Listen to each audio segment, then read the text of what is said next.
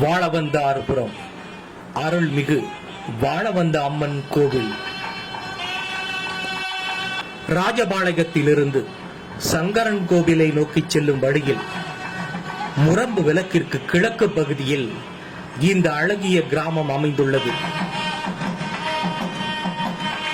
கோவில் வரலாறு என்று பார்க்கையில் இப்பகுதியை ஆண்ட ஜமீன்தார் ஒருவர் இந்த வழியாக செல்லும் பொழுது கருவேலங்காட்டிற்குள் ஒரு குழந்தை அம்மனாக காட்சியளித்ததாகவும், அதைத் தொடர்ந்தே இந்த பகுதியில் வாழவந்த அம்மனுக்கு கோவில் அமைக்கப்பட்டதாகவும் வாய்வழி வரலாறு ஒன்று இருக்கிறது.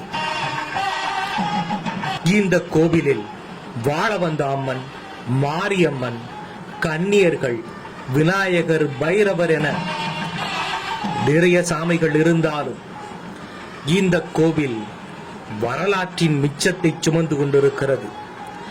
அதை கொண்டு இந்த கோவிலை நாம் ஆய்வு செய்தோமானால் இந்த கோவிலின் வயதும் அத்தனை ஆண்டுகள் இருக்கும் என்பதில் ஆச்சரியம் இல்லை.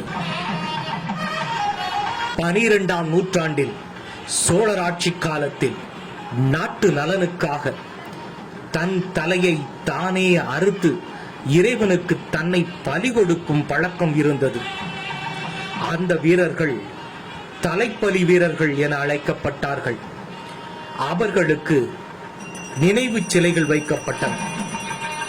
அப்படி ஒரு அபூர்வமான சிலை இந்த கோவிலில் இருக்கிறது. சோழர்களோடு இந்த கிராமத்தை இணைத்து பேசுவதற்கு மற்றொரு ஆதாரமும் இருக்கிறது. இந்த ஊருக்கு அருகில் இருக்கும் மற்றொரு ஊருக்கு பெயர் சோழவந்தான். பிரித்து பார்த்தால் சோழன் வந்தான் என பொருள் வருகிறது. தலைப்பலி வீரன், அருகில் இருக்கும் சோழவந்தான் கிராமம், இவற்றை கொண்டு இந்த கிராமத்தின் வயதை நாம் நிர்ணயிக்க எண்ணினால் 12ஆம் நூற்றாண்டிலிருந்து மனிதர்கள் வாழ்ந்து பழகிய பூமியாக இது இருக்கும் என எண்ணத் தோன்றுகிறது. சோழர்களை தொடர்புபடுத்தி மேலும் ஒரு அதிசயமும் இங்கே இருக்கிறது. இந்த கிராமத்தின் ஒரு பகுதியில் ஆறு இருக்கிறது. அந்த ஆற்றிலே ஒரு பெரும் குடியிருப்பு வெள்ளத்தில் மூழ்கி இருக்கிறது. காலத்தை இவர்களாலும் சரியாக சொல்ல முடியவில்லை. அந்த குடியிருப்பின் செங்கல் சுவர்கள் இப்போதும் வெளியே தெரிகின்றன. அந்த புதைவுகளிலிருந்து எடுக்கப்பட்ட ஒரு சிவலிங்கமும் நந்தியும் இப்போதும் சிறு கோவிலாக பராமரிக்கப்படுகிறது. சிவலிங்கமும் நந்தியும் சோழர்களோடு நெருங்கிய தொடர்பு கொண்டவை.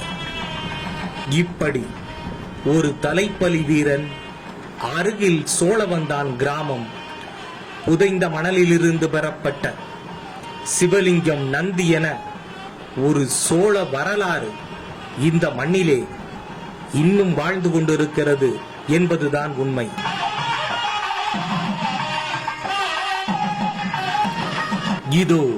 இதுதான் 12ஆம் நூற்றாண்டின் கால பதிவு.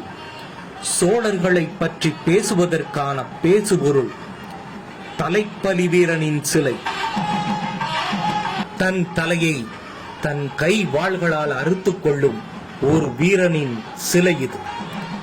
கைகளிலும் காதுகளிலும் அணிகலன்கள் பூட்டியிருக்கும் ஒரு வீரனின் சிலை இது. இது நிச்சயமாக 12ஆம் நூற்றாண்டின் கால பதிவு என்பதில் மாற்று கருத்து இல்லை.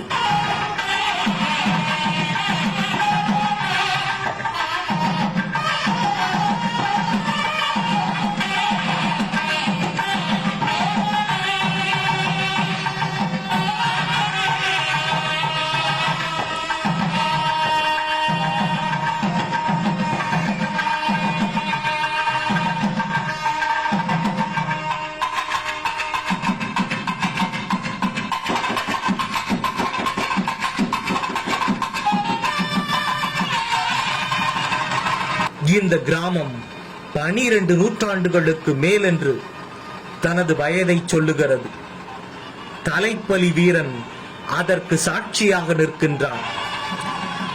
வாழவந்தாள்புரமும் வாழவந்த அம்மனும் 12 நூற்றாண்டுகளுக்கு மேல் நம்மோடு வாழும் தெய்வம், வரலாற்று அதிசயம்.